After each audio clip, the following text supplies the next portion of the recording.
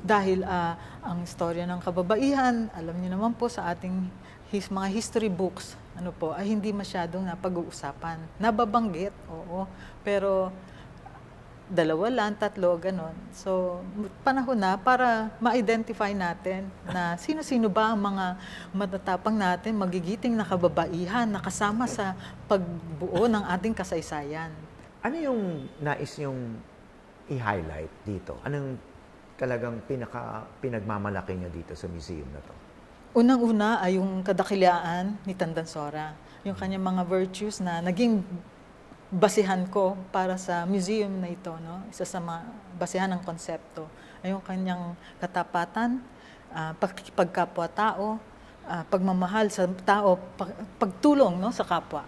Kasi nung panahon niya, siya, naging member siya ng Katipunan at siya, pag may mga Katipuneros na nagmi-meeting sa kanyang lugar, pinapakain niya, pinapabaunan pa niya. Yun parang kumbaga, parang NGO na wala naman siyang sweldo, ano, kanyang sariling, ano yun, kita or paghihirap ang pinamimigay niya. At ang kanyang katapangan at ang higit sa lahat ay ang kanyang pagmamahal sa bayan. So, pagdating sa suffrage, talagang women in action yan. No? So, napakalaga ng suffrage dito sa ating bayan, no? na makaboto, magkaroon ng say, magkaroon ng boses sa mga kababaihan, hindi in all spheres of our lives, no? Because we're part of the population.